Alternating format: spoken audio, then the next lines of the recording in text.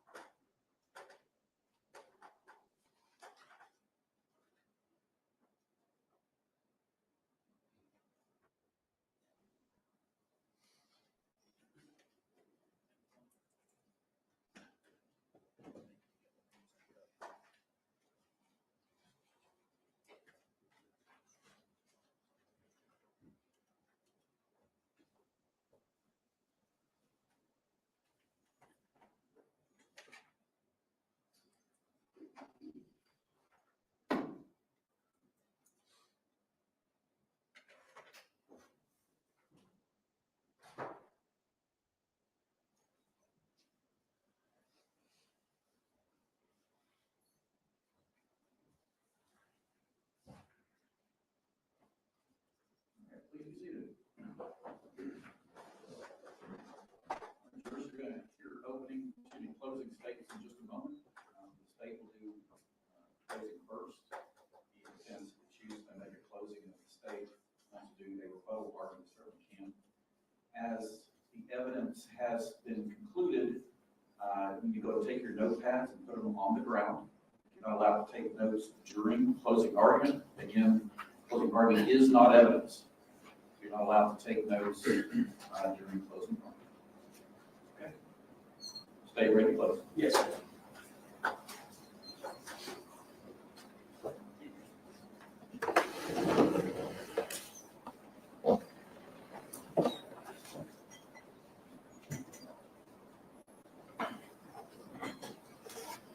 You have now seen it. I told you in opening statements that you are about to see premeditation. And you saw it. It's there. It's captured in this video. Not what Chris was doing before. The event. Much time.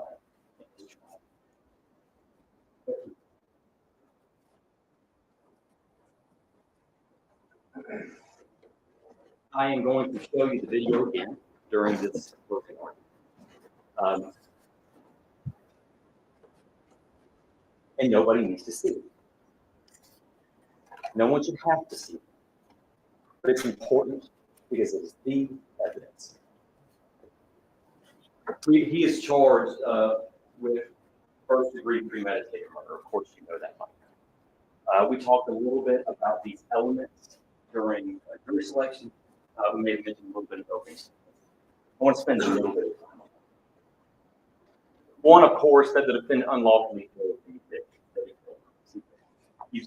We don't need to say much about that. It gets a little more important to spend time on these next two things. Right, the defendant, so Mr. Roberts, acted intentionally. You have heard these words: conscious, objective. For his actions to be intentional, he had to act with a desire to end Chris Wright's life. Look at the video. Look at the intentional acts of him standing up, pulling his gun, walking 20 feet, and raising it to someone's forehead. That's proof of his desire. There is no other thing that could have happened if he pulled that trigger. That trigger's on a forehead, that barrel is on a forehead, and you pull the trigger.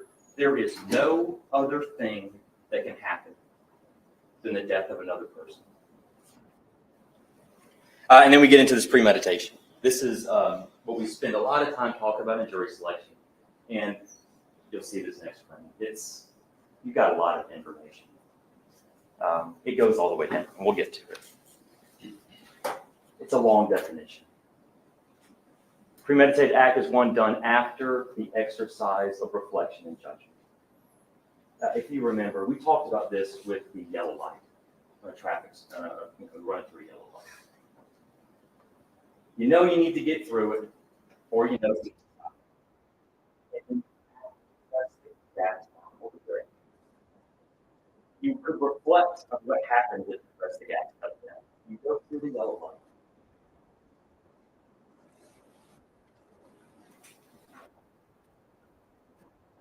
Premeditation means that the intent to kill must have been formed prior to the act itself. This is kind of what you've heard me talk about a lot in jury selections. The intent to kill occurred before he pulled that trigger.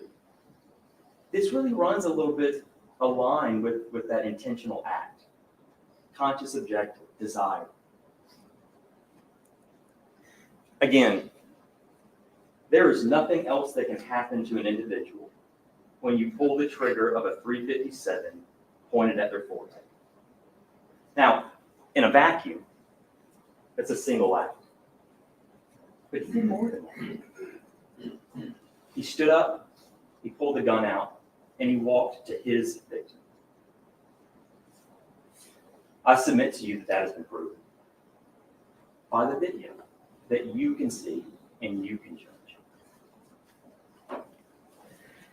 These are some of the more the finer points. It's not necessary that the purpose to kill pre-existed for any specific amount of time. So that's kind of a timing element. The original thought, kind of the typical thought of premeditation is you have to have a plan. We got over that in jury selection. That's not what the law requires. It is only this. Intent to kill is formed before the act. This is an important jury instruction. The mental state of the accused, his mental state, needs to be carefully considered to determine this: whether he was sufficiently free from excitement and passion as to be capable of premeditation, as to be able to form an intent before you act. If you're angry at your kids and you're in a car, you're still running the yellow light.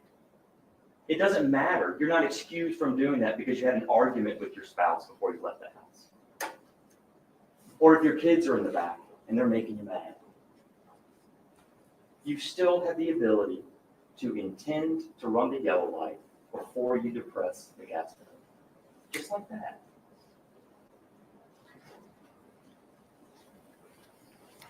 This is the full definition. We won't spend too much time. If his intent to kill was formed, then it doesn't matter if he was in passion. If he had passion or anger in his heart, it doesn't change anything. It can be found if the decision to kill is first formed during the heat of passion. I'm angry. I am angry at Chris Wright. That's what he told you. And then Mr. Wright walks away. Even if you accept an idea that he had some excitement or passion at some point, Chris was walking away. It's over. Chris could have kept walking, gone wherever he was going, woken up the next day to his 3 kids, to his wife, to his mother. He was leaving.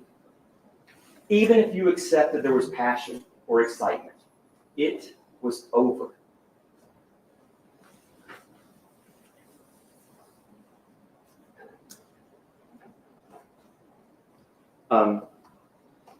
I submit something to you.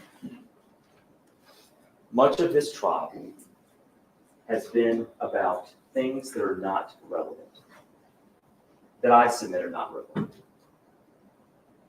The time that we spent looking at Chris Wright in the final bar we'll go to, speaking to his friend for the last time, does not change what happened there. It's irrelevant. Pointed questions. Did you believe that he was being flirtatious with this girl? It's irrelevant. It's character assassination. It's trying to dig this man even further down, because shooting him in the forehead wasn't enough. You got to degrade him. Convince 1 or 2 of you that he deserved it, that he put himself in that situation. It's irrelevant.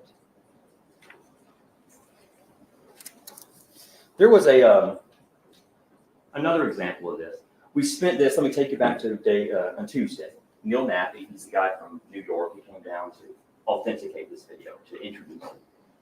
We talked to him, General Moyle talked to him a little bit about the cameras inside and outside of Patton Towers. And then for many, many minutes, we went over all the people walking around Patton Tower in excruciating detail. If you recall, we pointed out people coming out of the pickle barrel with to-go boxes. We pointed out individuals crossing the street every single time they did it. At some point before this final interaction, it was even pointed out to you the degree and the angle upon which Mr. Wright had his hands up. But then we stopped. We didn't talk at all. It was never pointed out. What's going on here? Look at this man. He's defenseless. He's walking away. His hands are by his side. He's called back by the defendant, and he turns around. Even if you accept that he said, "Come say it to my face, boy," that is not cause to shoot someone in the head, and it's not a defense for premeditated murder. It doesn't make it to where you did not intend to do that before you did it. This is the relevant portions of this trial. What happened before, whatever Mr. Wright was doing before, him drinking a lot on his high school reunion weekend, it's irrelevant. Now, it could show you what state of mind he was in, that he was drunk. Sure, Mr. Wright was drunk. I ask one thing. Do not let someone tell you what you see in this video. Trust yourself. Trust what you see, and don't let someone tell you you see something that you don't. There have been some allegations as an example of that Mr. Wright was pointing his finger when they were earlier in this, pointing his finger being aggressive. Well, what was the testimony that was taken out? Mr. Wright, when he showed up at the restaurant, he reached his hand out to shake the hand of the bartender. You can see it several times. When he left Jack Brown's the bar, he shook another person's hand, saying goodbye. I submit to you that what I see is him shaking or trying to shake those two men's hands. The proof that a racial slur was said is not credible. It's not consistent with this video, and it never came up during the investigation of this. It was never said by the witnesses that were there unseen. It was never said by the witnesses who were up here in Patton Tower. Or I'm sorry, on the pickle barrel. I submit to you, yes, it was loud. Maybe they couldn't have heard it. That's reasonable. But Mr. Houston, a term with that teeth in it, and he doesn't recall it ever being said. He never heard it. It's his best friend. In Mr. Roberts' testimony, he says that after he said that deplorable word, Mr. Houston said, "Just go on, we don't do that around here," which would lead one to believe that Mr. Houston heard what he said. That's not what Houston said. He never heard it. The only proof that a racial slur was said was presented to you by the defendant, a convicted felon, a person who acknowledged that on cross-examination or in direct examination. And the only time he said it, the proof before you, is that he said it in October of 2024 to an individual that was hired by the defense counsel. It's character assassination.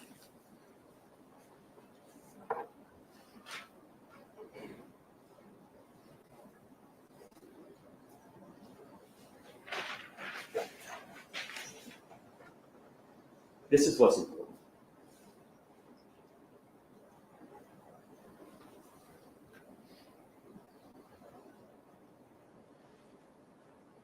Chris is not here to defend himself. He's not here to respond when somebody alleges that he's having some affair the night that he died, which there's no proof of. He's not here to tell you that he would have never said that to this individual. He can't do that. He is so much more than what he has been painted in this trial. You have largely seen that individual as a faceless man, a man whose back you've been staring at for a week, a man whose face is a little bit blurred out at Jack Brown's. But he's more. He deserves to be thought of differently than just the night that he was out drinking with his friends and he met his execution. More than that.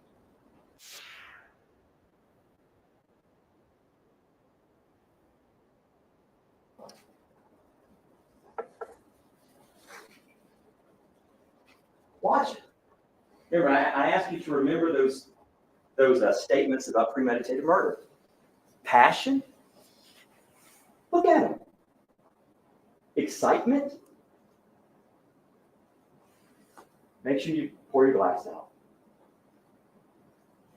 There is no evidence of passion and excitement in this video. It's inconsistent with the proof. I will ask you also to recall what the proof was that he did. He went up and made another drink. He changed clothes. He doesn't take responsibility for getting rid of them, but the person who was at his house did. He left the area. He destroyed the firearm and put it in a dumpster behind a restaurant on Brainerd Road.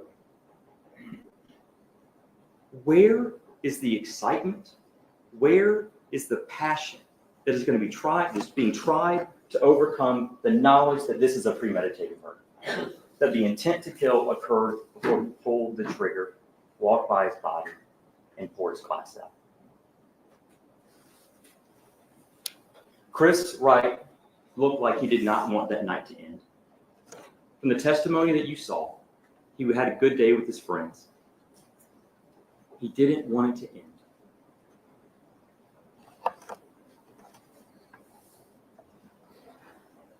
You have to consider all the evidence in this case. It's your duty. It's the right thing to do.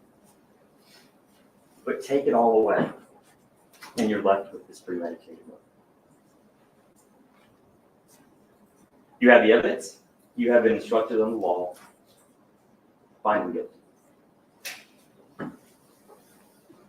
Thank you.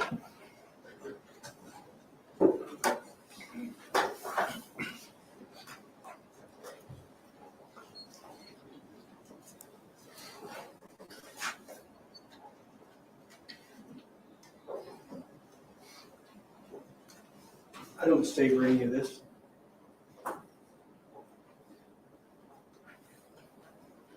The idea that I'm trying to paint Chris Wright as something that he's not, as some kind of character assassination.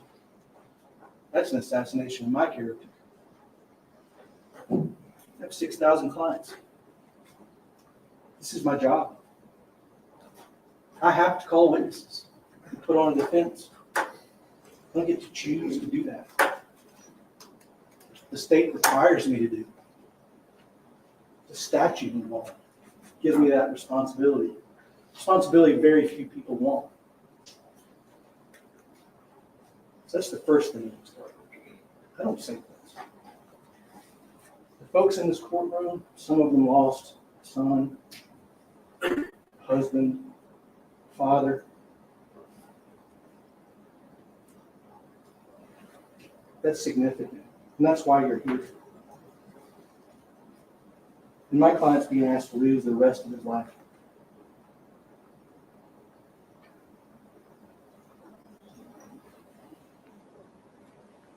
Now,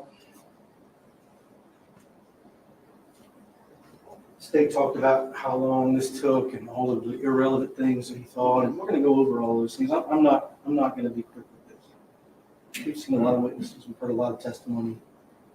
We're going to take the remaining amount of time necessary to fully evaluate this case, because that's what you would want if you were accused. This idea that you can just watch the video and all of you can just guess what was in his mind. And hopefully all of you will guess the same thing. I submit to you But the burden is on the state to prove to you beyond all reasonable doubt, unanimously. Right? Beyond all reasonable doubt. It's not, it's contrary to what the court's instructions are, it's also contrary to law. Beyond all reasonable doubt? The jury will be reminded of the jury instructions. The lawyers can speak their understanding of the jury instructions. You'll be able to check that out yourself. If you have a single reasonable doubt, the jury instructions tell you have to acquit him. Let's talk about that. Maybe that sits poorly. This is a horrible case. There's a lot of shootings in Chattanooga. Across Tennessee. Are they all first-degree murders? They're not. That's your job. We don't get to tell you what it is. We can lead you through the evidence, maybe point out some things, and try to color the witness testimony in a way that's favorable to our client or favorable to the state. That's normal. I put a lot of people in prison. I've kept people out of prison. That's normal. But just watching the video, being angered by it, that's mob justice. You sit between this defendant and the rest of the state of Tennessee. You have the sacred duty to look at all of the evidence that came from that chair. It's your job to judge how much weight you're going to give to the people that sat in that chair and told you uncomfortable truths.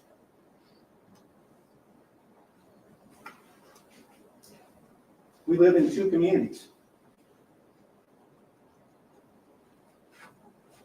We live in a community that Mr. Roberts lives in. We live in a community that Chris Wright lives in, that I live in. Many of you live in.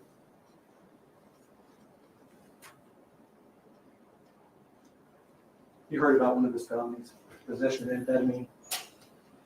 He lives in a community that's in prison for that.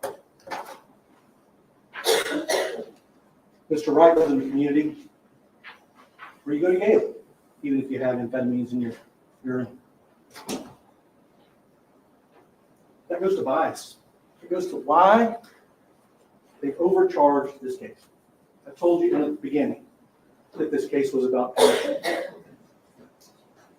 They've avoided it.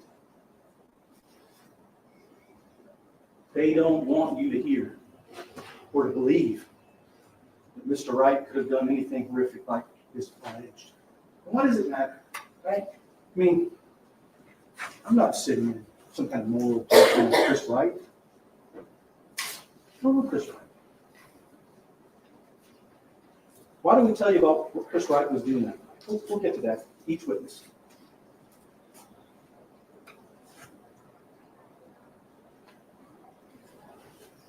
Mr. Coyle introduced himself to you during the wire.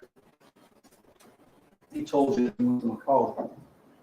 Okay, Judge. Have we voted?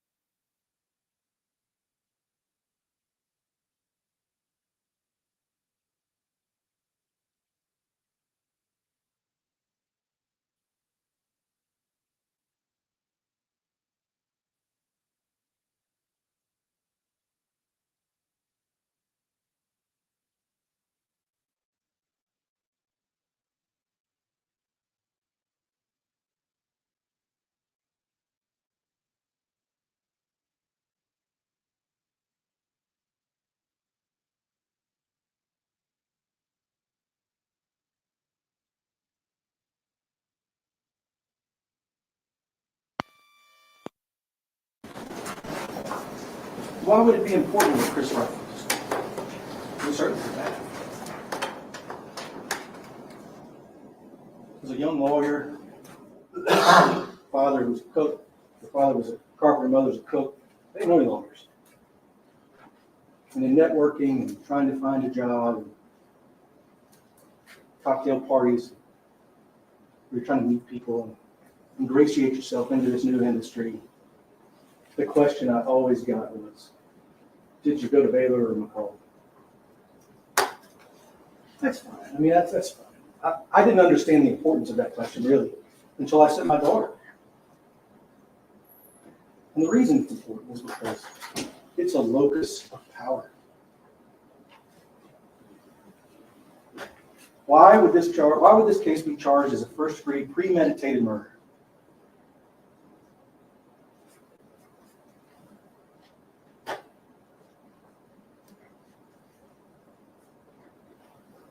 We heard from Ian Britton, a friend of Mr. Wright, and again, I don't savor cross-examining Mr. Britton, Mr. Wright, Mr. Little cross-examining Mr. Britton, pulling up some truths that are inconvenient and maybe embarrassing. But you heard Mr. Britton talk about leaving Mr. Wright in his earlier statement at the Cherry Street Tavern. He didn't want to tell law enforcement that he was with them at Jack Brown's bar. Well, why not?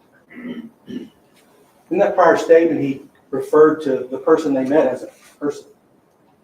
He even used the pronoun he. You don't like that. But this is a first-degree murder case. I'm talking to law enforcement, I'm interviewing you. There's an expectation that you tell the truth, the whole truth, and nothing but the truth. And that's not what we got from Mr.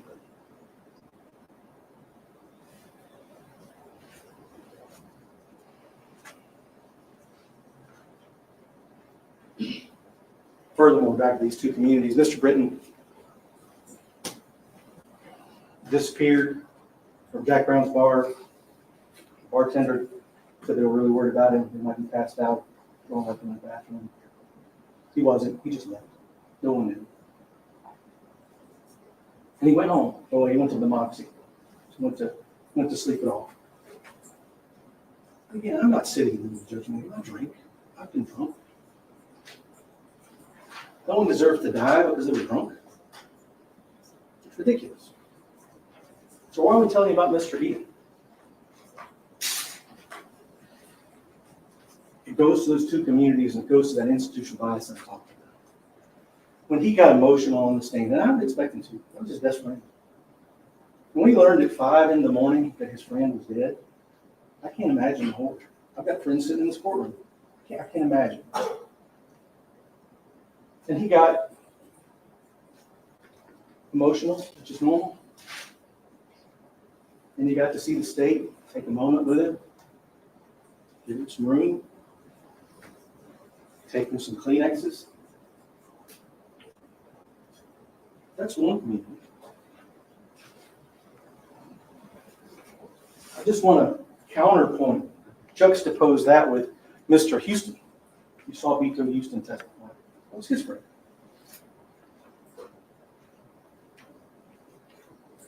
We'll come back to his full testimony later, but this particular point is salient. Mr. Houston wasn't saying what the state wanted him to say. You saw it. You badgered him.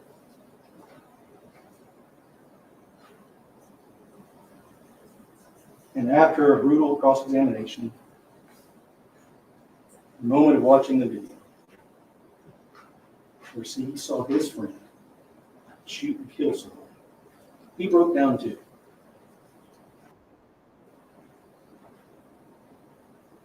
Did the state take him any Kleenex? Did they give him a break? Two communities.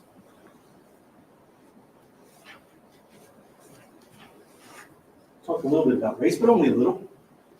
It's more than that. It's class. It's wealth. It's power. I submit to you that those things matter.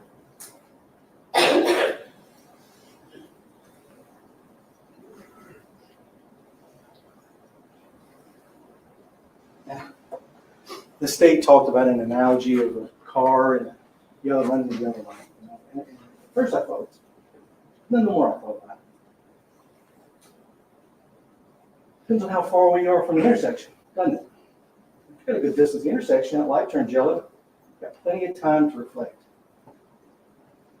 You've got plenty of time to be free. You're not anxious. It's not on you. It's only when you get really close to that light it starts to change the worry in your mind a little bit. Right? Are you going to make a reckless decision? Or is it completely premeditated and that was your whole intent because you drove through? Couldn't it have been reckless that you drove through an intersection when you should have probably stopped? Were you worrying about another car coming out and you hitting them? Is that why? You worry about going through an intersection like that? Kind of speed up. Maybe if I speed up, I'll get through before nobody else comes in. Thousands of pounds of steel and gasoline and glass barreling through an intersection and we neglect it.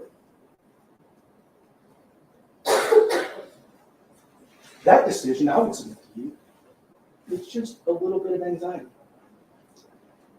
Now, that pales in comparison to what you saw in the video. What about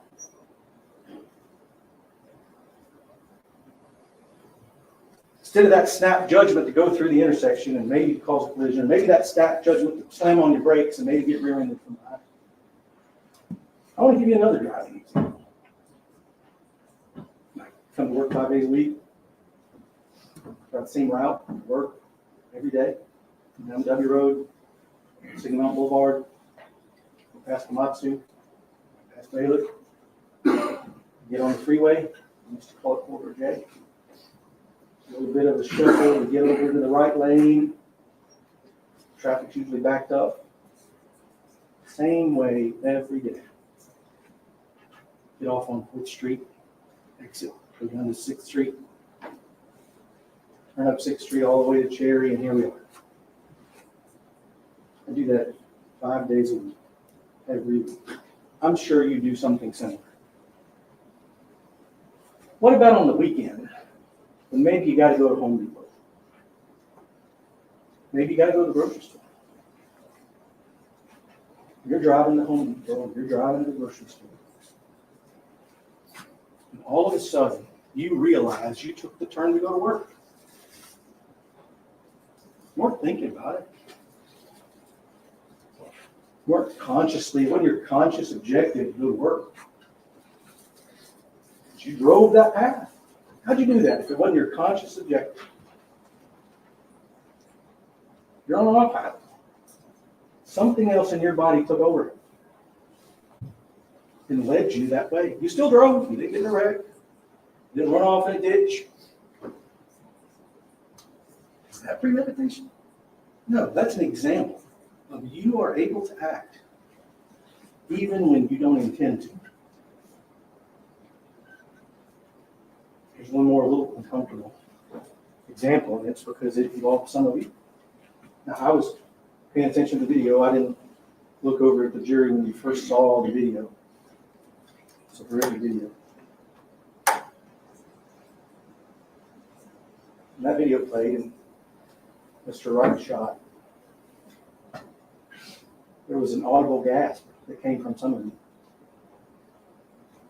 One person, I don't know who, called out on the name of our Lord and Savior.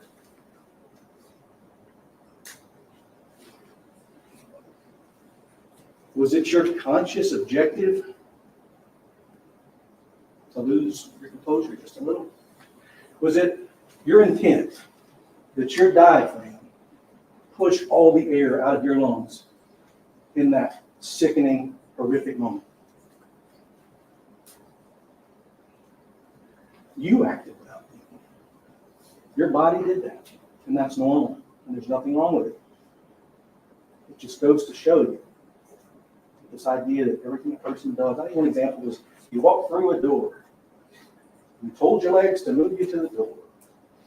Extended your arm to the doorknob, and all of that is somehow proof of intent, conscious of. Maybe, it could be. But is there any other reason? Could you be on autopilot? Could you be acting out of fear?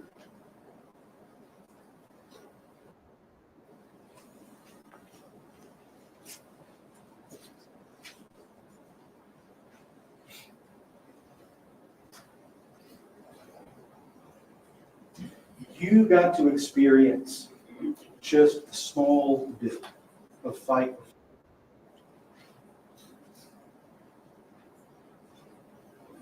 Something we don't do all the time. I remember as a teenager going to a Halloween haunted house, and somebody jumped out. And that's where you go. And I punched him right in the face. I didn't think about punching him in the face. I didn't think, okay, my fingers are connected to my hand is connected to my arm is connected to my shoulder. I'm going to push all of those things, and that's not how we operate. To watch that video and think that was a result of reflection and judgment, absent passion, that cheapens judgment. It cheapens reflection. First-degree murder. First element you saw when the judge read you the instructions, and you have them in the back, is that the defendant unlawfully killed Mr. Wright. Not just killed him. That goes without saying. He admitted it. He admitted he killed him. We saw it. It's up to you to determine if that's unlawful. Only you can do that. Nobody can second guess your judgment. You're going to go back into that jury room. You're going to deliberate on all the charges. Talk about all the facts that you saw. And you get to pick what you think was the best charge, if any, that you want to hold Mr. Roberts responsible for.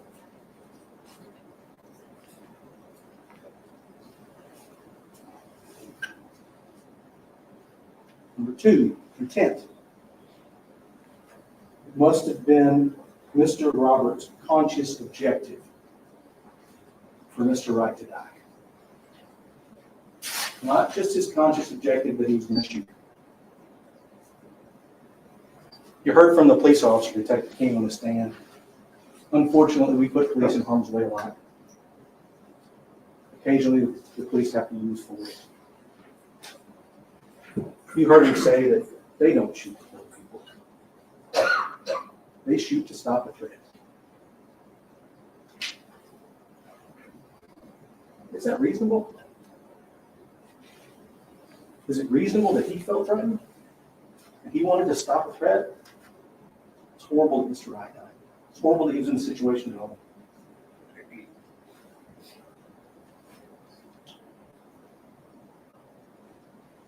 You heard Detective King talk about qualified immunity and the benefit of the doubt that we give to police officers when they make a mistake. It's your job to give the benefit of any reasonable doubt to Mr. Roberts. If he made a horrible mistake in this perceiving a threat, due to any number of factors,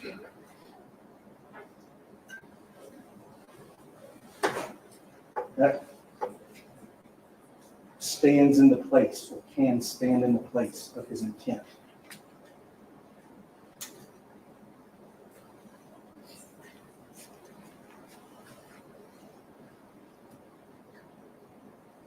Lastly, premeditation, reflection, and judgment. It's got to be formed of absent passion, excitement. You'll get the instruction. Don't take it from me. We'll read through it. Take your time with it. Trying to put this in context for what you see in your life. There's no passion. Passion's heat. It's hot-blooded. No passion. It's cold. It's cold. Mr. Coyle tried to discount other kinds of cases that are obviously premeditated. let's suppose a defendant does the horrible thing of molesting his daughter. I'm going to object, Your Honor. Please.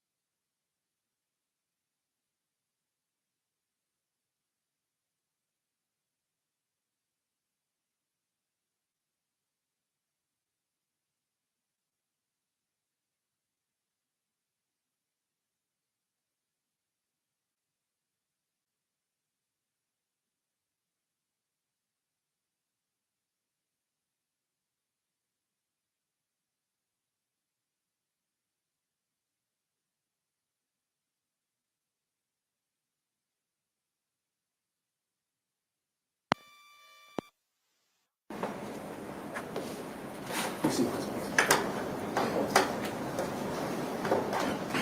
Some of the most horrific things you can imagine. Imagine you have a defendant who molested his daughter. Oh.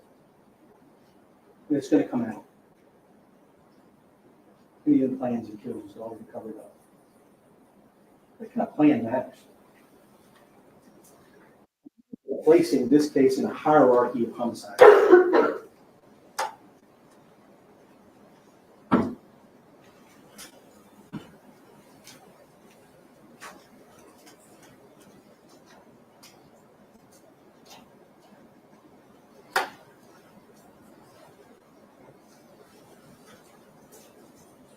A wife mad at her husband, financial difficulties. And the wife plans to kill her husband or contracts the killing to somebody else to collect proceeds. Premeditation. Cool, calm, judgment, kind. In the hierarchy of homicides, you're going to have to pick. Think about this case. How much time there was to think in the film. Or was it autopilot? Is it reasonable doubt?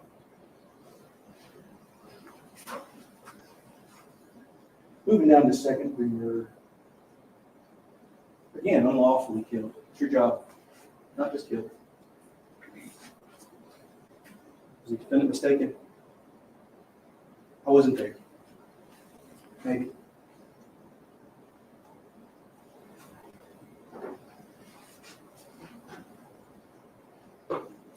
The defendant had to act knowingly. And the state has to prove all this, but in a reasonable doubt. Do you have knowingly? Do you have the time to be aware of everything that was going on?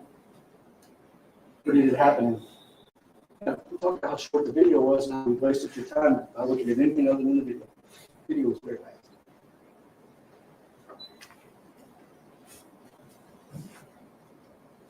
If you don't find that it was conscious judgment intent, you don't find the premeditated, you don't find that he had the type of awareness that the state mandates before we take away someone's liberty for the rest of their life. If you don't find that, you should quit it.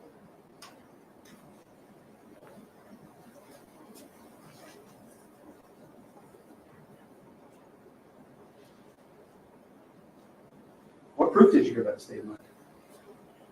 There are a lot of things that might lead you to believe what was in his mind. I heard the racial story, but I'm uncomfortable. I don't enjoy that. Don't run away from it either. It's part of the human condition. You've heard those words in your life.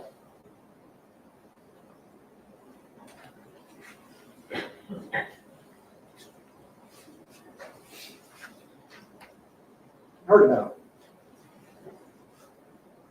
like you. I think Mr. Poole is right. I think I think it's reasonable for you to watch that video. When Mr.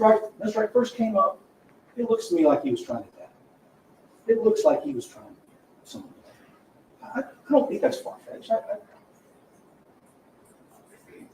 But you heard Mr. Roberts. You don't say that to somebody you don't know. Get on down the road. Nobody was killed at that point. Mr. Roberts didn't even get up. Mr. Pito testified over and over. Get on down the road. Dropping F-bombs. Trying to move them on down the road. Don't be somebody else's problem. You saw where the bartender was kind of giving those three people because, get on down the road, be somebody else's problem. You don't do that here. That's the testimony you heard from the stand. That can lead you to believe what's in his mind. Frustration, fear.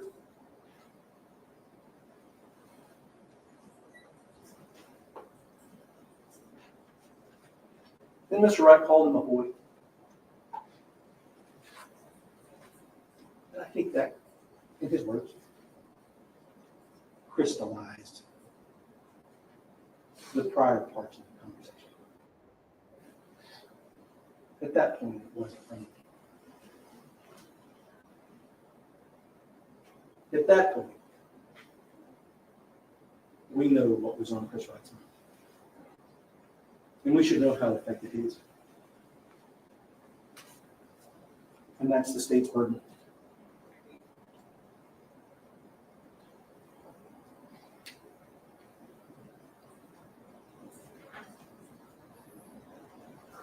Totality of the circumstances. So you're on your porch. The state wanted to argue about whether it's a sidewalk.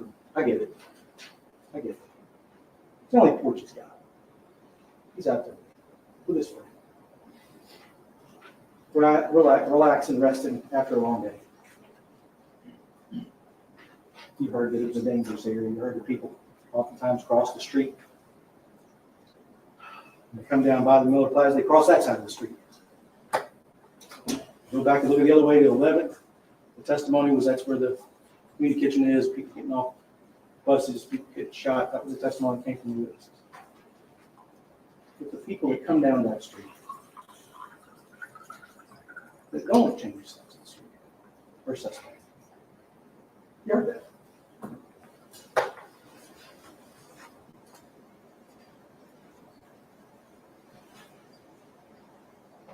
So no conscious objective in the first 3 months.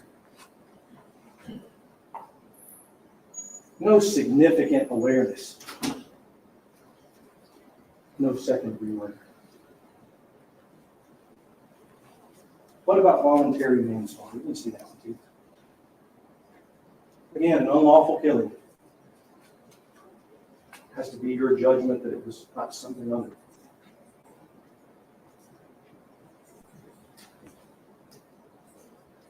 Again, intentional or knowing. There's no conscious object. There's no awareness, substantial. No voluntary manslaughter. But none of there is. Let's suppose you do find it. Let's suppose you find it. Either it was his conscious object, or he was aware.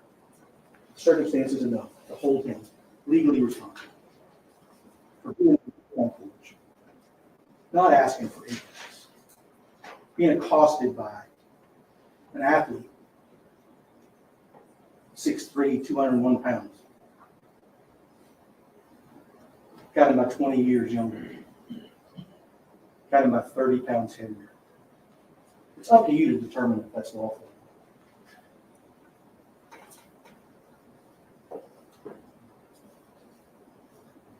Even if you find intentional knowing, and it's unlawful, if you find those things, voluntary manslaughter is the kind of case that this one probably should have been charged with. That should probably be where we start. Then why is it being charged? Unlawful killing, intentional knowing.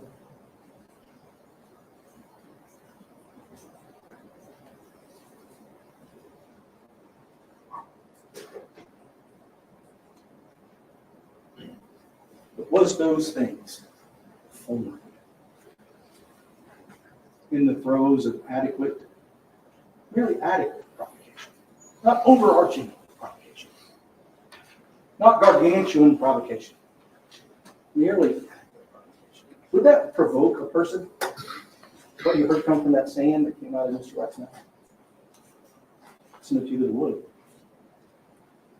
And for voluntary manslaughter, all it's got to do is provoke a reasonable person to act in a rational manner. It doesn't have to cause a reasonable person to kill someone. It doesn't have to be that level of provocation. It just has to be the provocation that takes this case out of the calm, cool, collected, cold-blooded, planning, murder milieu. I mean, if someone called me a racial slur, it wouldn't really bother me that much at all.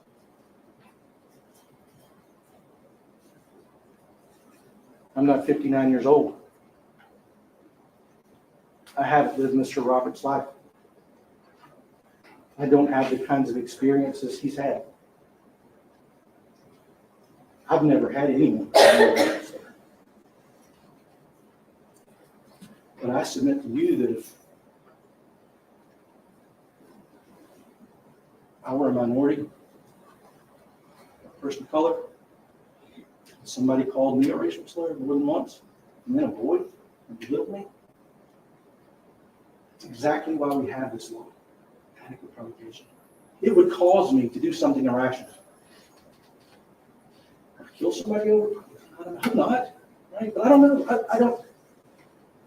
How can I know? When I lash back out with an insult, when I throw a beer bottle, I think all that's pretty irrational. That's all it takes.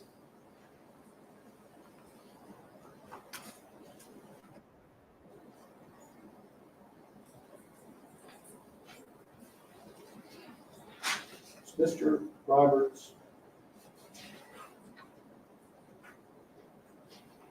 engaged in cool reflection, or did he testify he was dehumanized? That matters.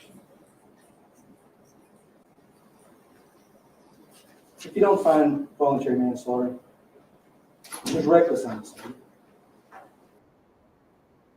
First charge would no longer require you to find that the act was unlawful. Just that. And that Mr. Roberts was aware of a substantial risk, unjustifiable,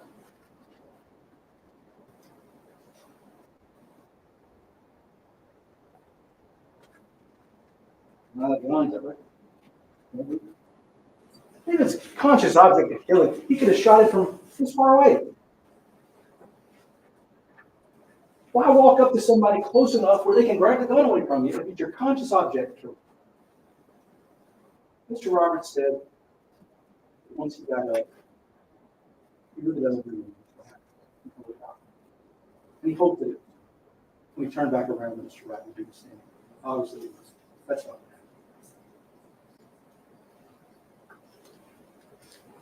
What kind of awareness do we have? What kind of awareness has the state proved beyond a reasonable doubt?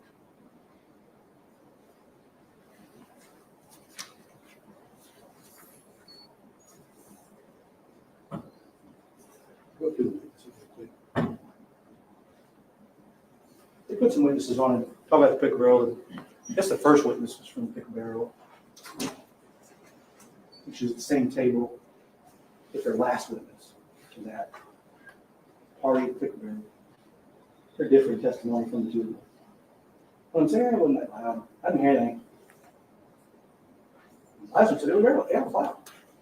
You were talking. I really couldn't make out what the people on the next table were saying. Music playing."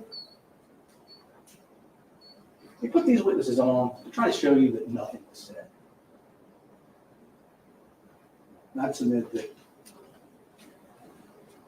evidence of absence, that is, somebody saying, "Well, I didn't hear anything," it's not proof that nothing was said. You saw the video. There were discussions.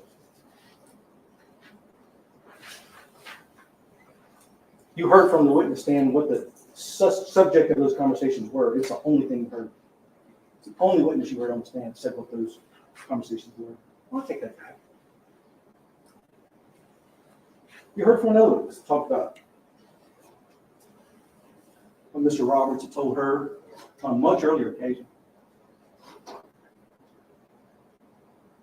state tries to make a big deal that we hired her. That's not unusual. We hire lots of people in this. 6,000 fines. The fact that she was hired by the defense counsel, you believe that's going to make her lie? We do this all the time. We're on a mortgage today. There's not a single client worth it. That's all they got to say. Well, shoot.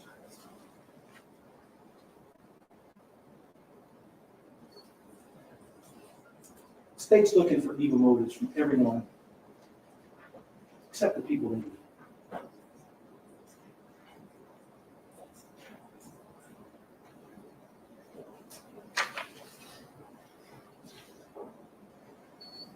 Heard from Detective Abbott, one of the early ones on the scene. Electronically got some type of audio visual something. He testified about that. Got it from somebody named Detective Crawford. Real-time video. We see Detective Crawford. We see this on real-time video. Now, they didn't get the Pat Towers video fully. You talked to Mr. Knapp, who was the fellow that I guess is the business person who deals with the surveillance cameras at Pat Towers. And you know, you got to pick him on. He's got to substantiate that that's what there's. You know, we had very little questions.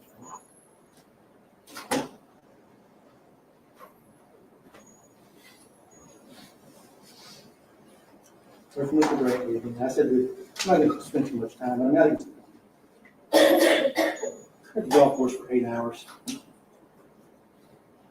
Three. He's a wingman. I get it.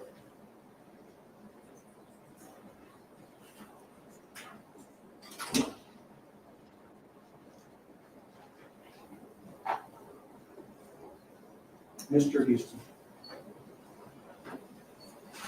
I don't know. I mean, you got to see it. You got to hear it. Get on down the road. But you said he didn't say anything on some prior statement. Well, obviously you're saying something. Look, there's video right there speaks for itself. You know what's on the deliberation statement.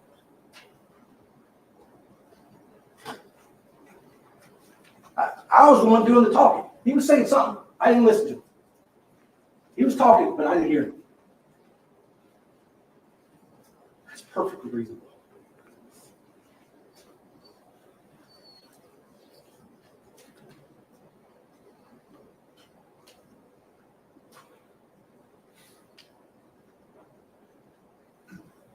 He admitted to they get out there and smoke a joint. Have a couple drink. Blind in one eye, didn't see Mr. Wright come up. Just told him. I told him to get the F away from me. Told him to keep it moving. I had a little buzz, but I knew what was going on around. Get out of my face. I tuned everything out. Mr. Moyle asked him, did he leave when you asked him? No, sir. I wish he would. We all would.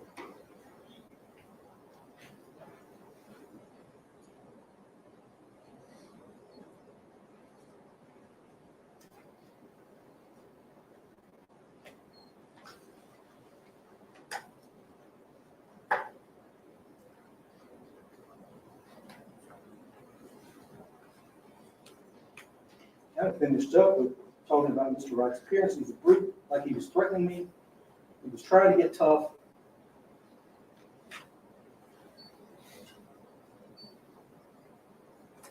Isn't that reasonable? And that man came in and sat there. took that withering cross, kept his composure until he couldn't.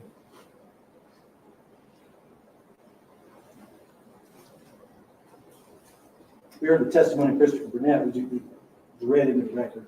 It's unavailable. Only heard the loud pickle barrel crowd. So you got some substantiation of what the pickle barrel was like from somebody at the pickle barrel and from somebody away from the pickle barrel. If you're asking yourself, was it loud or not? That's corroboration. That makes the most sense. I wasn't at the pickle barrel. I can't tell you. The point is, the video clearly shows that Wright was talking during most of the encounter, and Burnett just did not hear anything, didn't want to be with us.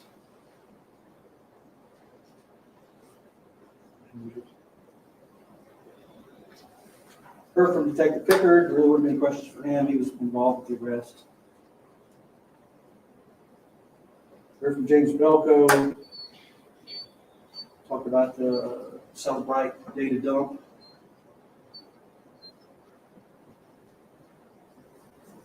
No data dump from Mr. Wright's phone. I went to his state line. I better explain what happened. Not knowing who he called. Not knowing why he was out. Brantley said he was just walking. He was going to, or actually, it was a bartender said he said he was going to go to his office. He volunteered building. And I hope you're from Chattanooga enough to know that volunteer building is right next to Jack Brown's bar. And it's across Main Street from that patio. The video showed him walk right by it. He kept going through the dog park, through the place where all the folks get off the buses. But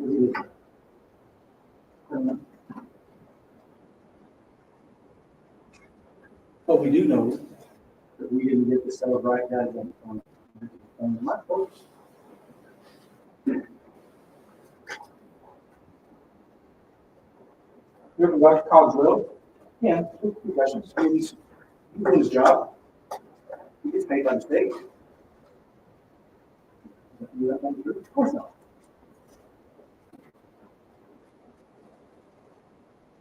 One autopsy. Talk about the projectile. Talk about COPD and what it was and how it affects your lungs. So the labs for amphetamine is generally positive, but not in his blood.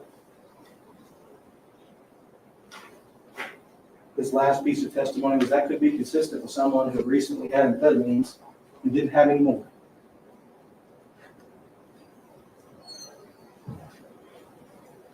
I'm not trying to assassinate the character of Chris Wright.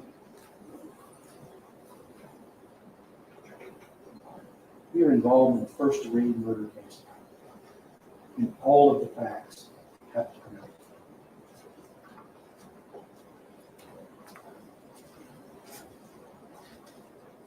That's what I call over 0.201, 2.5 times the legal limit to drive. Does he walk into his car twice? For the thief? Same place? I hope not.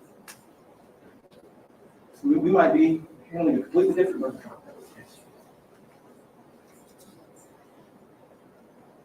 I heard from Dylan Padgett before the state arrested. Quite busy, quite loud in the girl. Everybody around him was loud. Music was playing.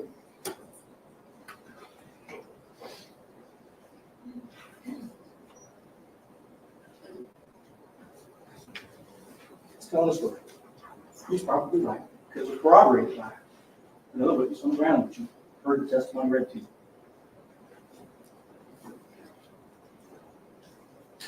Then the state rested. They didn't call their lead detective. I had to. And there's this funny little thing, but if it's you call them and you have to ask them questions on the direct that aren't who, what, where, when, how, why. And normally the state calls them and ask them those types of questions. In this case, it's a little bit of gamesmanship. We'll make the defense call to limit their ability to direct their testimony.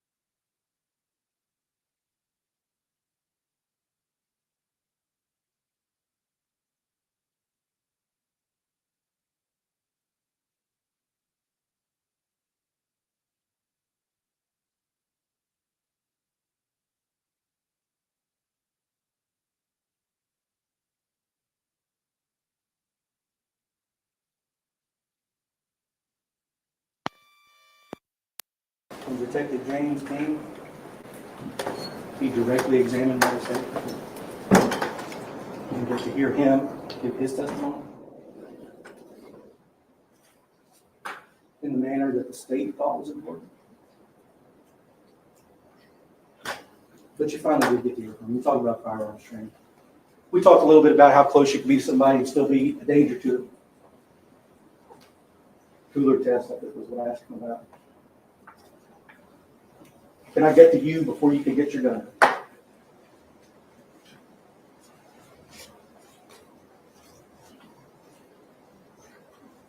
Talked about where you aim if you're trying to stop a threat.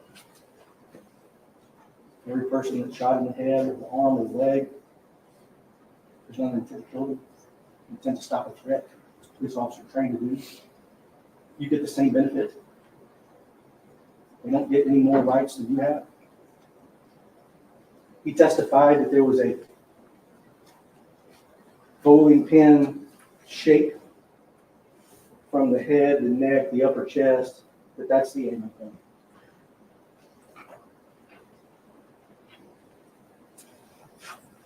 Stop that.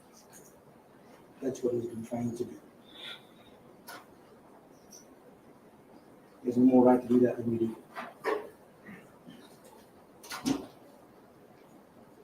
Talked about bias, and he fairly, I get it. And talk about bias training, talk about racial bias. There's a little of that in this case, maybe. At least if race is an issue, I don't know. I'm talking about institutional bias. You heard him say that they have police have a policy where they don't talk to defense lawyers unless they get permission from the DA's office. He told you about how it was his job to put on an unbiased investigation.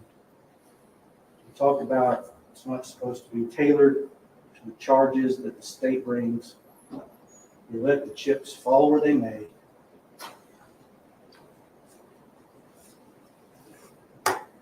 He collected the video from the bar at Jack Raines.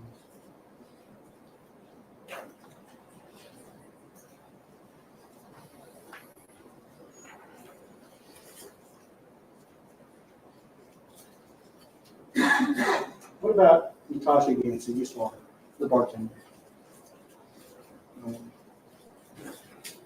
My daughter's a bartender. Now, I do this for them. Most people that testify to don't do this for them. I can only imagine the pressure that somebody feels with the cameras on, the lights wearing down, lawyers like me and Mr. Cole, Mr. Manish, will ask them tough questions. I can only imagine the pressure. But I think she held up pretty well. You got to see her testimony. You got to determine whether she was colored from inside or the other. And what did she tell you? Mr. Wright was sloshed. Again, do you think I'm really trying to assassinate his character, or I'm trying to tell you what the state of his mind was when he went down there and got in a confrontation with Mr. Roberts? That's important. If he's as sober as I am and you are, it'd be a different situation.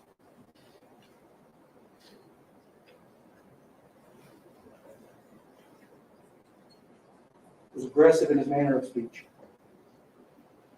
He used harsh words. He was so drunk. Called his friend an asshole. The girl he just met, bitch. Now, she said he was playful. And he was drunk. Having a great time at a bar like we all would. But he's not afraid of using language when he's drinking. At least that's the evidence we got from that chair. And maybe he wouldn't otherwise use. And I think we all are in that position. Yeah, I'm not morally judging Mr. Wright. I'm showing you that fact because it's important for you to see it. Seemed to be playful. He was flirtatious with the unknown female. Later outside, he asked the bartender if she thought the woman was weird. Why does that matter? Again, there's a lot of bars in Chattanooga. There's a lot of people who go to bars in Chattanooga. That's not unusual. Why is it important? It's important because he didn't want to go home. And she did. And she went home. She left him there. So did his friend. And I submit to you that that's important for his state of mind. You've been rejected. It's frustrating. I'll get my own damn Uber. She said his countenance had changed from the friendly guy inside to the guy out. Stay cleaned up a little bit. Don't you remember telling the police that it's still kind of friendly? Yeah, I actually not this what I do, but I think somebody on the jury asked her.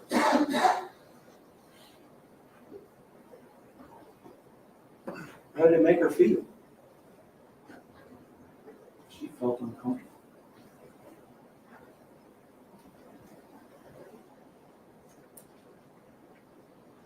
And Mr. Roberts testified. 57 at the time of the shooting, widow, GED, talked about his criminal record. Lived at Patton Towers with disabilities, COPD, emphysema, mental illness. Can't run. Put together some food for Mr. Houston. I think he said he mixed tuna fish and I forget, maybe noodles or something. Tuna fish. Outside his idle yard. Goes outside of most nights. Get a gun. They have a gun. Told you. Protection. It's a bad area. Got a gun. You've been shot 3 times in the past. Seems very reasonable to have them. Half Towers is a bad area. It used to be. They're trying to clean it up. Aware that Mr. Houston Vito, his friend, had been attacked out there. He was wearing pajamas and slides. He wasn't looking to go no later.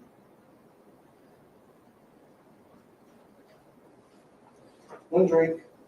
I don't know what a club tail drink is. One drink. Nothing going on in Robert's mind when Mr. Wright first walked by. He turned and said something about what y'all doing out here, hanging out here, partying, or what's up, nigga, something along those lines. Stuck his arm out, probably the offender.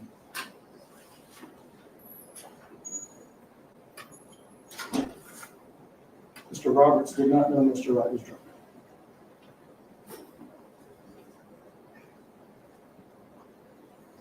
He wouldn't leave.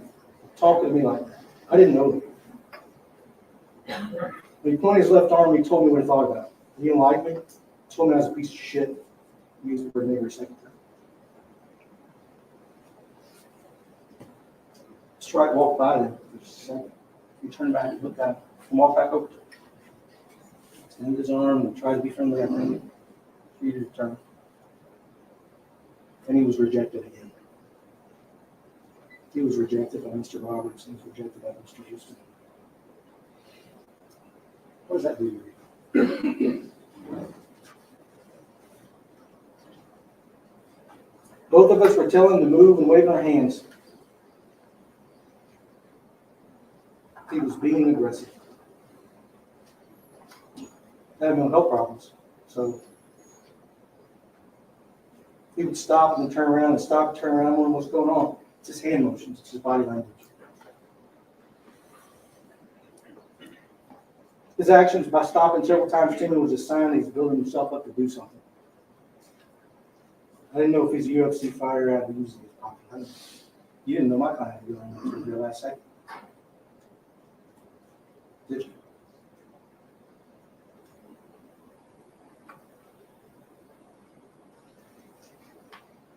And then the last thing, turned around again and said, bet you won't come say that to my face, boy. He doesn't bring you much else until the future.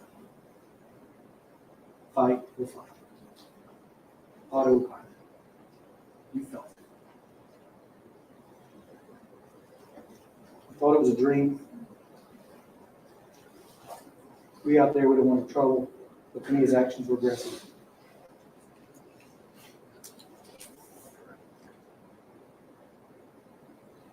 No passion. No passion. That's what he said. You saw what he did when he got in the elevator, punched him over, he mad at himself. Because it dawned on him. That's what it dawned on him. The horrific thing that would happen. That's the passion. It was 2 minutes of passion. What else explains that?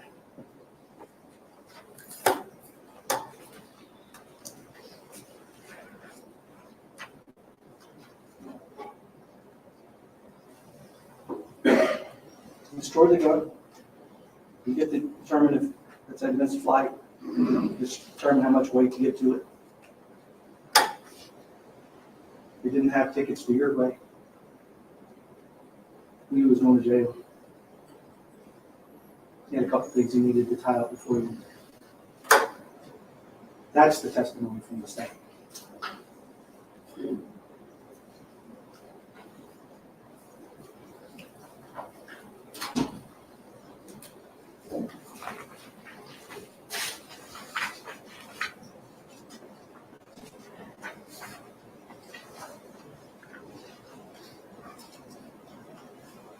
Only you. 30% lung capacity. Can't run. Hard to walk up steps. They tried to cross him on that. He used the steps. He went down the steps. Is that fair? Is that fair cross-examination? Had to go for protection. Shot twice by Pat Tower's bad area. You've heard these things.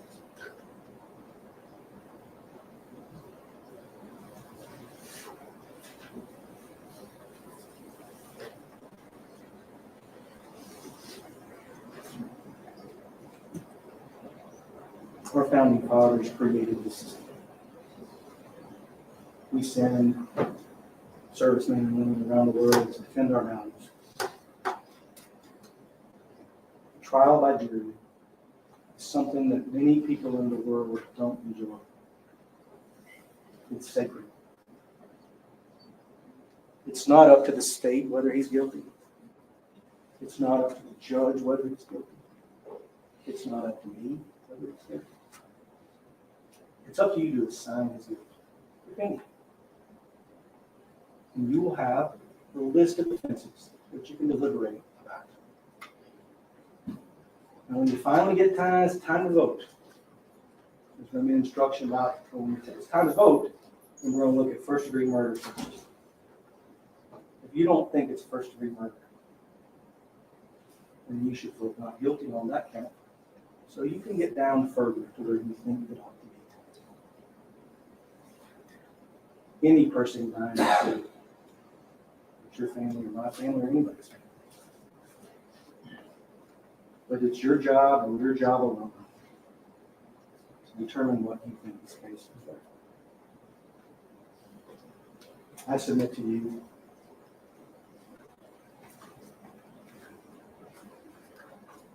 Mr. Roberts isn't a monster. And Mr. Wright's not a hero. Thank you for your patience and your time. It's a hard thing to do, sit in judgment of someone. But that's what we're asking you to do. And I'm asking you to return a verdict of not guilty. Thank you.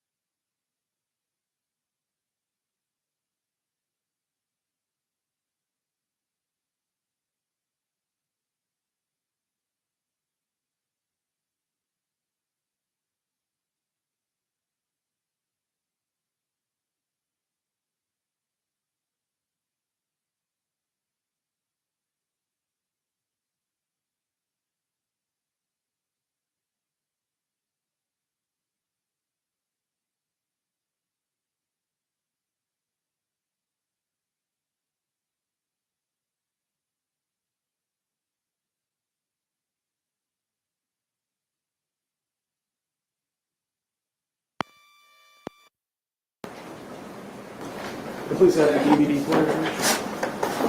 DVD.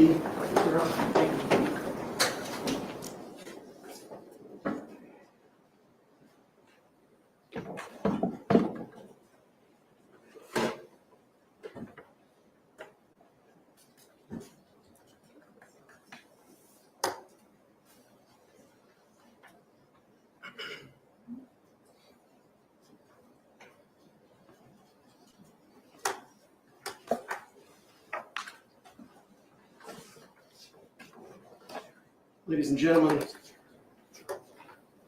Mr. Smith and I may agree about something. That it was when Mr. Darryl Roberts was on the elevator, having just shot and killed Chris Wright, that the gravity of what he did struck him. He lashed out, not in some outpouring of emotion, of sadness, but aggression. He struck an inanimate object. Mr. Smith says that that's when the passion occurred. You don't get to kill somebody on a public sidewalk in Chattanooga, Tennessee, and argue passion after the fact. It just doesn't happen. We've heard a lot of things during the course of this trial, including the argument that this is somehow not an unlawful killing.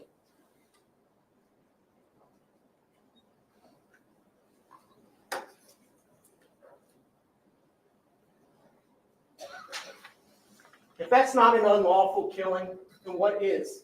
An unarmed man on a public sidewalk along a public street, shot in the forehead. You've seen the video repeatedly. That is unlawful. Your common sense tells you that is unlawful. It was so depraved that when you first saw it, there was a visceral reaction of disgust. Because it is disgusting. Just like it's not enough to actually kill Mr. Chris Wright. No. We then go on an unnecessary and gratuitous adventure to engage in character assassination, both of the deceased man, but also the people that are trying to bring justice on behalf of Chris Wright for the person responsible for his murder. Let's attack them too. Ask yourself how many ad hominem insults were hurled at General Coyle and I over the course of this trial. They painted a picture of Chris Wright: violent, unfaithful, a drunkard, racist. According to whom? Well, he was intoxicated. We do know that. Dr. Cogswell told you that scientifically.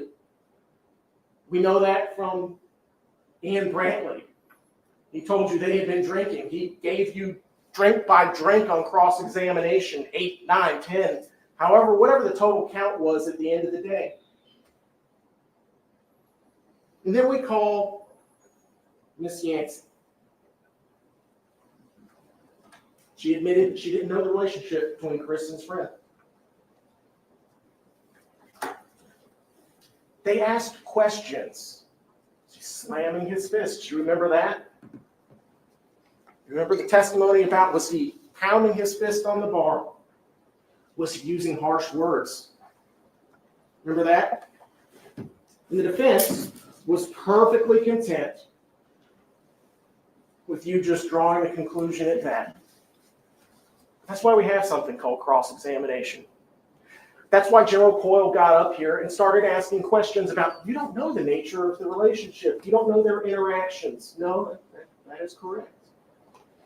The harsh words, he called somebody an asshole. I don't need a damn Uber. Now, counsel has tried to paint that in a manner that seems to be inconsistent with my recollection. You are the ones that have to decide what Miss Yancey's testimony was.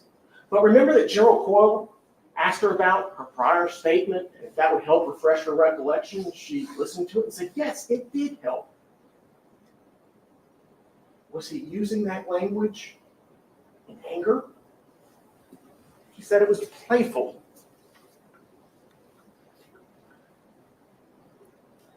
So what about the other parts that we talked about? What evidence do we have to submit that Chris Wright engaged in racist behavior? Well, that all comes from one source, doesn't it? Darryl Roberts. And Darryl Roberts, being a defendant in this case, having taken the stand in his defense, well, he gets to have his report card graded the same way that everyone else did. His credibility is determined by the same rules which credibility of other witnesses is determined. So what are we talking about? The judge read it to you, but let's run it through. Ask yourself, has there been any evidence presented regarding his intelligence, respectability, or reputation for truthfulness? Ladies and gentlemen, yes, there has. Starts in 2014, theft conviction, crime of dishonesty. 2015, theft conviction, a crime of dishonesty. 2017, theft over $2,500, a crime of dishonesty. Habitual motor vehicle offender violation, rendered him infamous. Crossing a guard line with contraband, infamous crime. Possession of amphetamine, also an infamous crime. And then, after a literal decade of criminal conduct, that calls his character into question, he takes the stand. Does the witness have any bias, prejudice, or personal interest in how the case is decided? It's another thing that you should consider. Does Mr. Roberts have a personal interest in the outcome of this case? Yes. He's the defendant. He is charged with murdering Chris Wright. In general, does the witness have any special reason to tell the truth or special reason to lie, like avoiding a conviction? In all, how reasonable was the witness's testimony when you think about all the other evidence in the case, including other witnesses' testimony? Well, let's think about that. The defense would have you believe that all of this occurred because Chris said some despicable word when he walked up to Darryl Roberts, held his fist out. Despicable language. Let's just be clear.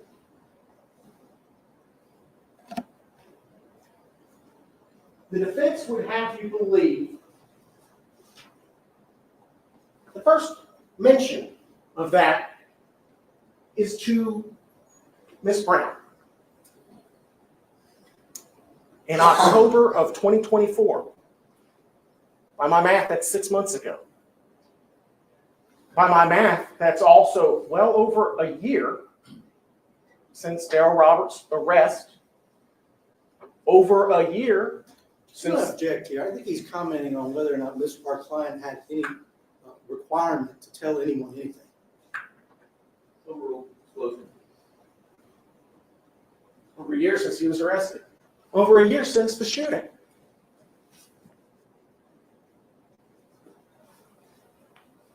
To a person dispatched to take a statement.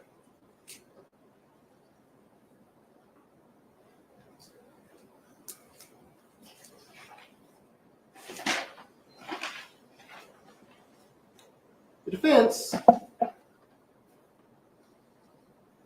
said this in their close. I couldn't catch the middle part of it, but it's got to be absent of passion, meaning premeditation, the killing, it's got to be absent of passion. The argument goes that if somebody is in a state of passion or excitement, that they are incapable of forming premeditation. Y'all just listen to the defendant's argument. Is that not the crux of what they were trying to tell you? So let's talk about that word incapable. Penguins are incapable of flying. It is impossible for them. A person with paralysis, complete paralysis to their legs, cannot feel their legs. It is impossible. It is not going to happen. You see, incapable means not allowing for the possibility of. It's an impossibility. And the jury instructions, they don't say that passion or excitement means that a person is incapable of premeditation. Rather, the jury instructions say this. The mental state of the accused at the time he allegedly decided to kill must be carefully considered in order to determine whether the accused, Mr. Roberts, was sufficiently free from excitement and passion as to be capable of premeditation. Nowhere in the jury instructions that the judge just read you did it say if there's any degree of excitement or passion, no premeditation. The question is whether or not the excitement or passion is to such a degree as to make it impossible for a person to make a decision. And ladies and gentlemen, your common experience tells you that people who are in states of passion or excitement can still make perfectly reasonable, life-altering decisions. Just ask anyone who's ever accepted a wedding proposal. For better or for worse. You've heard and seen absolutely nothing to indicate that Mr. Roberts was incapable of anything in this case. There's no credible evidence that shows that the man was acting under a state of passion when he pulled out that gun, put it to Christopher Wright's forehead, pulled the trigger, walked back, got his drink, and dumped it out as he was passing Chris Wright's body. In fact, remember what Julia Friedman said, the lady who was at the pickle barrel. Here's the gunshot. Looks, sees the man in red standing over the man on the ground in blue. What struck her about that situation? How the defendant was acting. Not what she could hear. How was he acting? Do you remember what she said? Creepy, casual, calm. It's not a state of passion. It's not exciting. And in fact, her observations are 100% consistent with what you saw on the video. The steps from the stairs to Chris Wright and back again afterwards.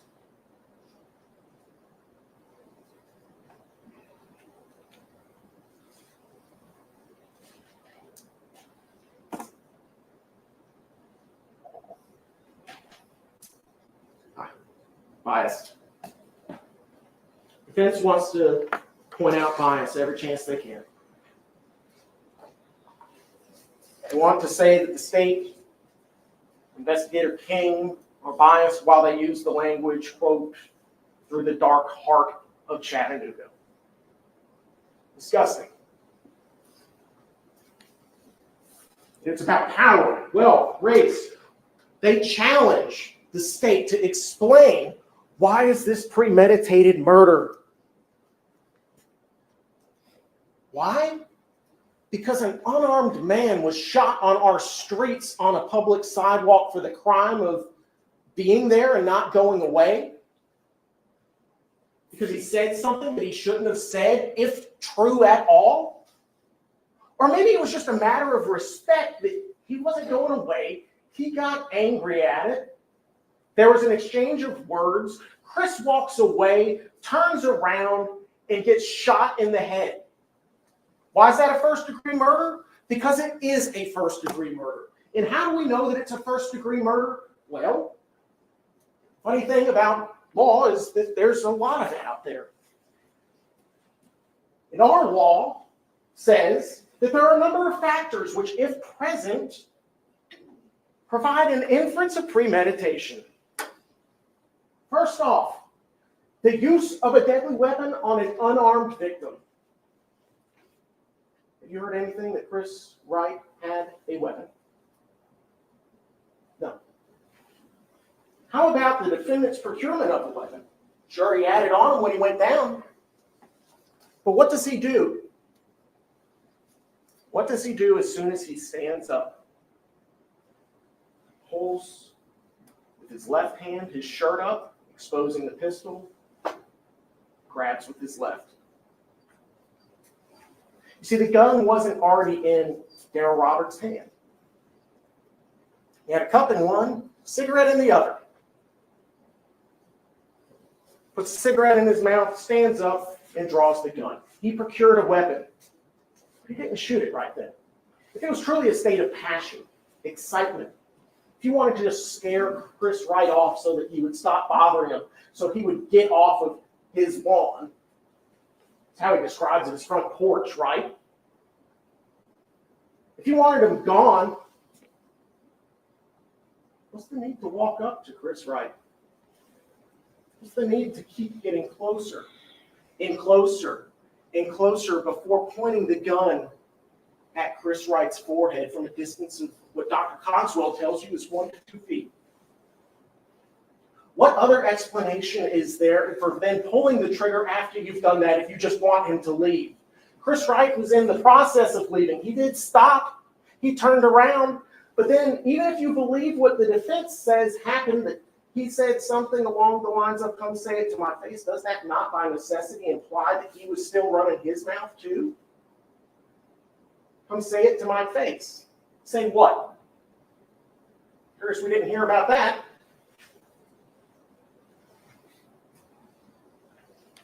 No. He procured a weapon. Next, the destruction or secreting of evidence of the killing. It's a fun one. The defense would have you believe, Mr. Roberts specifically, Exhibit 2. We all saw this lady. His girlfriend, or the girl who was in the apartment. All right? Mr. Roberts' cross-examination said that he went upstairs, he took off his long-sleeve red shirt, his plaid pants, his black and red slides, right? And then she, without being told, just gathered them up, carted them off to places unknown. But then think about how reasonable that is combined with then what he said happened with the gun. So he's not instructing people to conceal evidence, but he then takes a hammer to the pistol, to the barrel, and throws it away. Why would you do that? Well, let's think about it. If they're looking for a gun,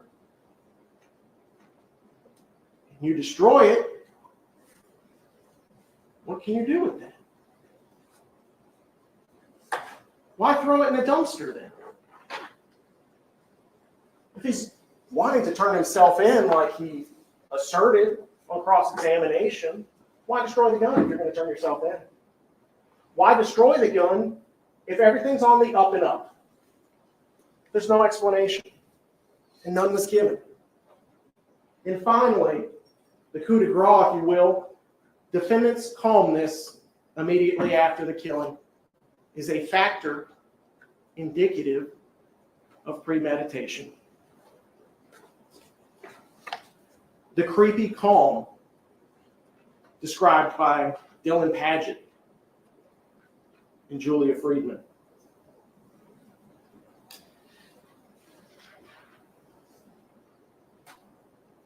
The defense also wants to say that the reason that the district attorney's office charged this as a first-degree murder is because power, wealth, race, private education. I lost track of the reasons. Funny how they didn't bring up the trial that I had in January with an unarmed black man that was shot leaving his place of employment. Shot in the head. Charged first-degree murder, and we took it to trial. They know it. Because that man was sitting there the whole time.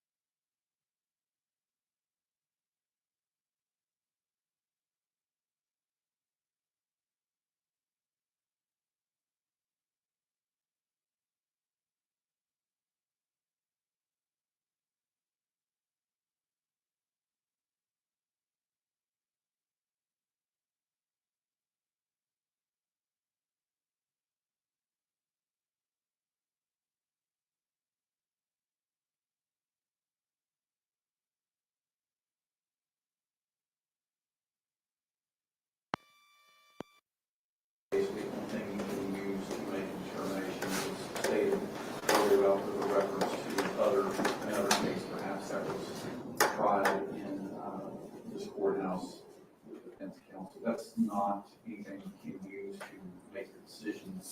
Counsel certainly free to argue, and I want him to argue. I just want to make sure there's no misunderstanding about the use of that particular statement.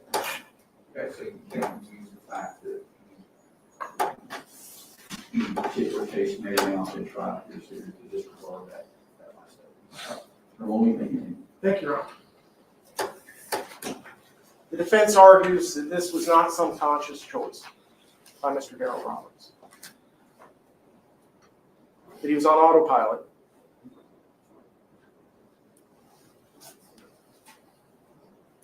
That he engaged in it when he didn't intend to. If that is the case, what does that say about a person whose autopilot reaction is the drawing of a pistol, putting it in somebody's forehead, and pulling the trigger? That it was fight or flight really plays into the same thing. They would submit that Mr. Roberts was engaged in some fight or flight response based upon what was presented to him by Chris Wright.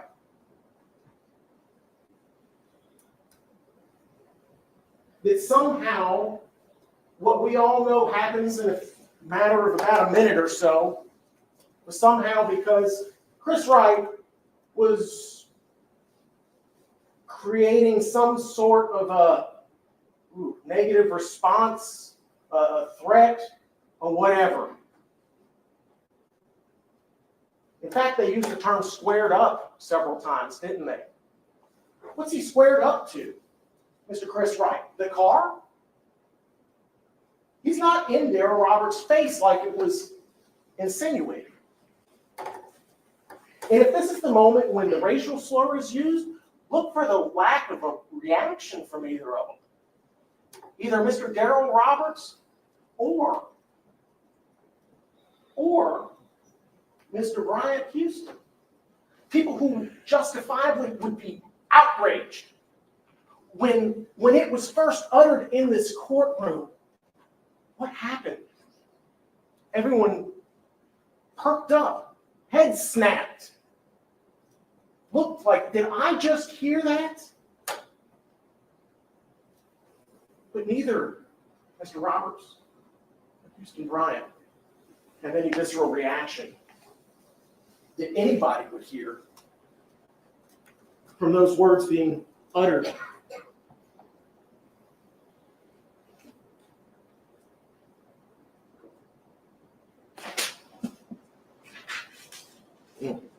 Killing happened because it was late at night in a bad part of town. You mean across the street from the Pickle Barrel, Tennessee Valley Authority? Just down the road from bars like Jack Brown's, Cherry Street Tavern. In between this location, the Choo Choo, the Moxie. Oh, close proximity to Miller Park. That's the bad part of town. The place where we have nightfall, Patton Alley, the whole 9 yards. In fact, Mr. Roberts said, I wouldn't expect to his lawyer, Mr. Little, I would expect to see you there. What does that mean?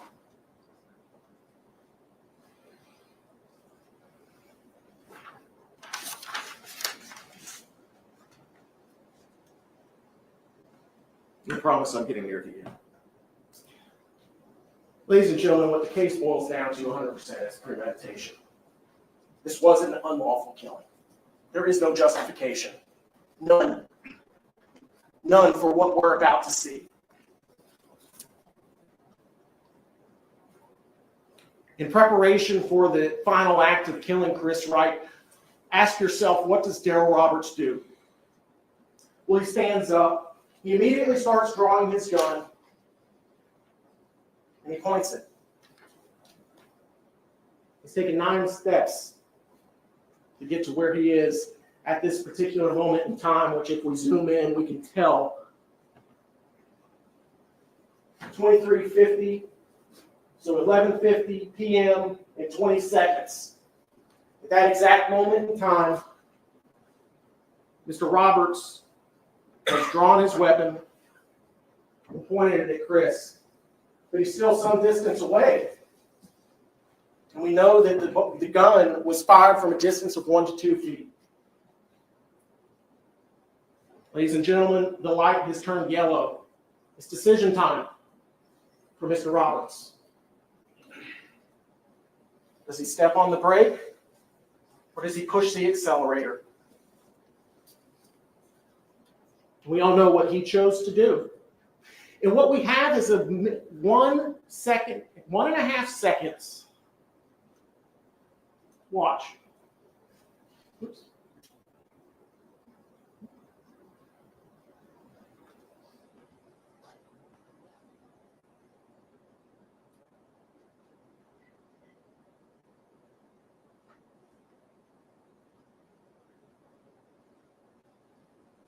One and a half seconds from the gun being pointed at Chris Wright to what we all know is coming.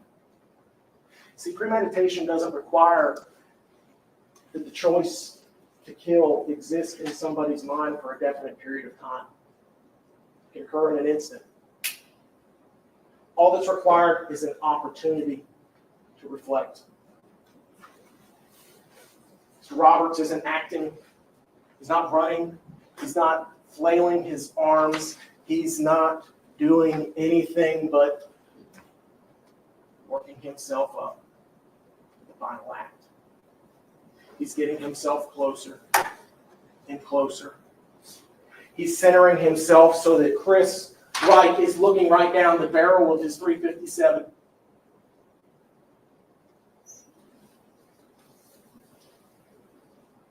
In that second and a half, he had ample time to back off.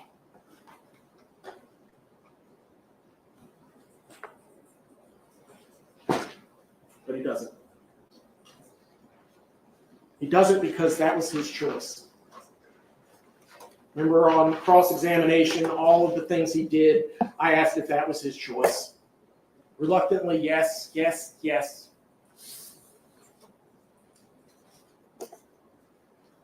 The defendant's argument, the best I could tell, is that he should have just kept going.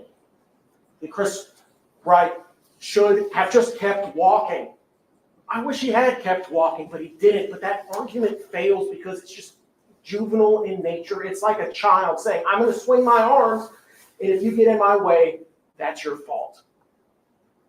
Well, that's what Chris encountered on the sidewalk in front of Patton Towers, was an individual who made up his mind to kill, and because he didn't walk away, he felt the fury.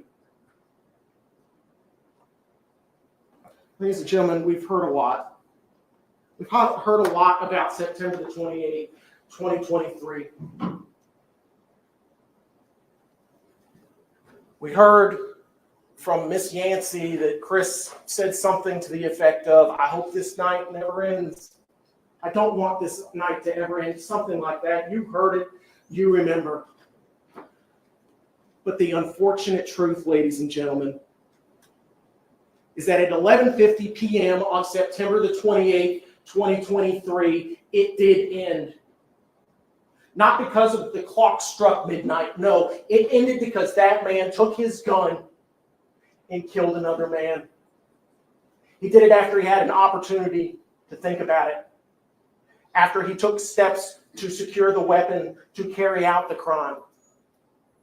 You've seen how calm he was before, during, and after. He fled the scene. He destroyed evidence, and that, ladies and gentlemen, is why he is guilty of first-degree premeditated murder. Find him guilty of first-degree premeditated murder. Because he ended Chris Wright's night at 11:50 p.m. in Chattanooga on a public sidewalk on this 28th day of September, 2023.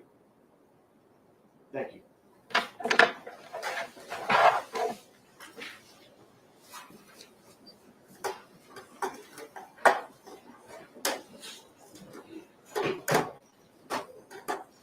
Okay, so Jerry, we've reached the point where we're going to select our two alternates. This has been a long case. It's been a lot of time out of your individual weeks. So the two alternates need to know that your time is very much appreciated. I want you to think that you sat through a week for no reason. As you know, people get sick, people get become unavailable, and your presence here meant a lot to make sure this case continues. So, first juror that will be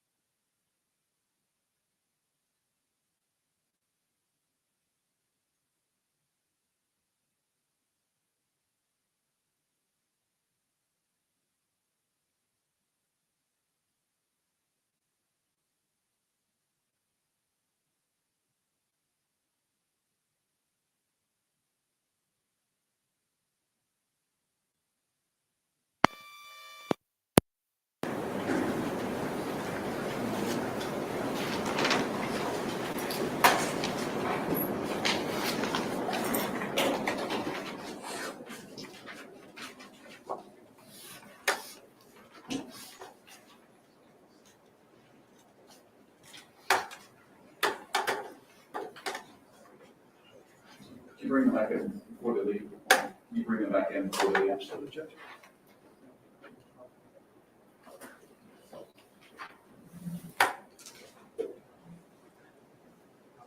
Yes.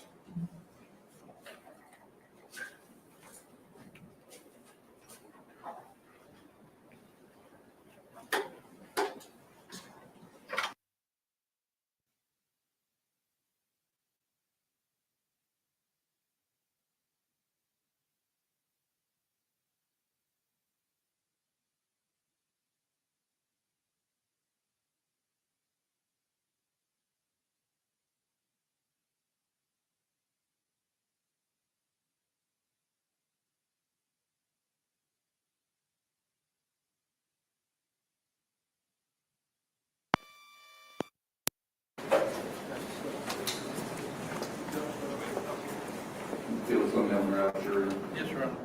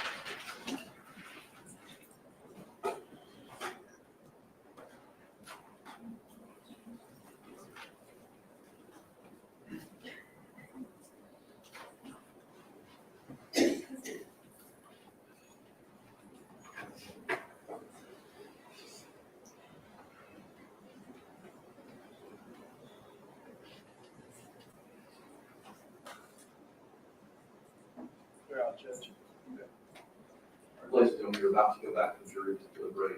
A few final things, you're going to get a copy of the jury instructions, all right? If you have a question about the law, it's likely going to be in the jury instructions. So just please read the jury instructions very closely. If you have a question about the facts, you're the judges of the facts. So you're the ones that have to recall what the testimony was and apply those facts to the law. If you still have a question, write it down and knock on the door, give us when bars will give it to you, we'll review it and decide what the answer should be. Finally, they'll let you know where the switch is and flip the light on when you have a verdict.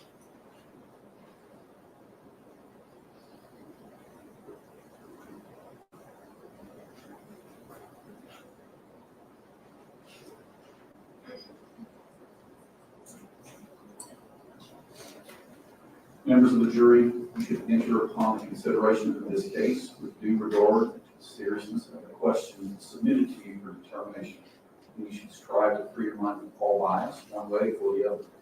You can have no prejudice or sympathy or allow anything but the law and the evidence to have any influence upon your verdict. You must render your verdict with absolute fairness and impartiality. Look to all the facts and circumstances in the proof before you. Make a report to the court such verdict as you think truth and justice require. You may now retire to the jury for your deliberations.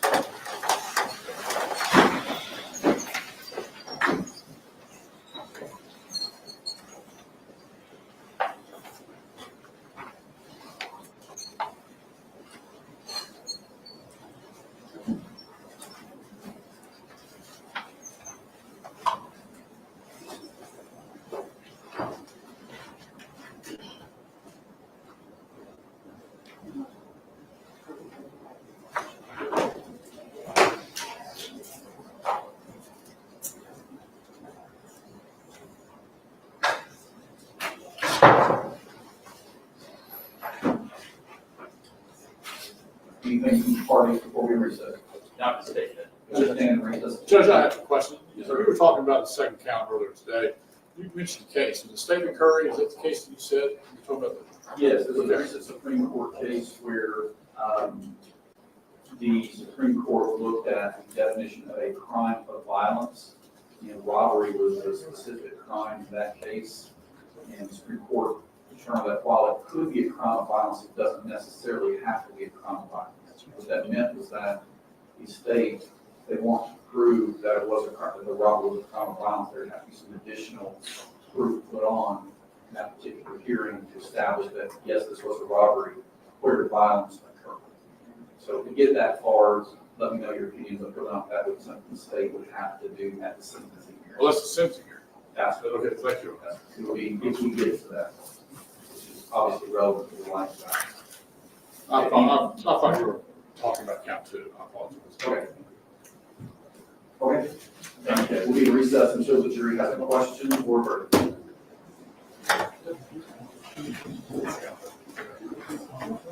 This time, stand by, go.